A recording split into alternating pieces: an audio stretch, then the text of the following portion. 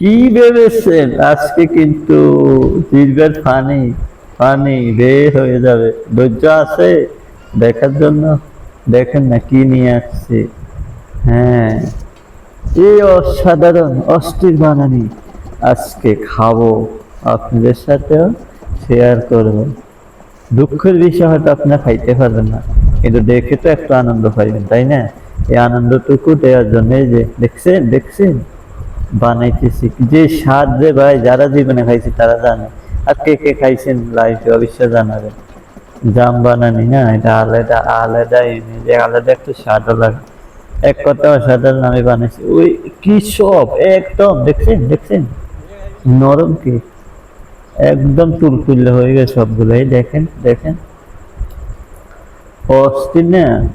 হ্যাঁ, শুধু আপনাদের জন্য দেখছেন এই টিপ দিলে একদম অস্থির। কি যে স্বাদ হবে!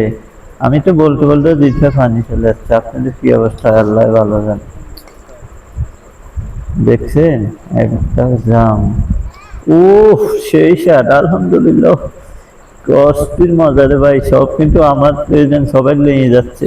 আমার লাই রাখবি না আল্লাহ জানে, খেয়ে ফেলতেছে। আর অল্প আছে, খেয়ে ফেলবে ভাই রে ভাই। অস্থির হয়েছে অস্থির।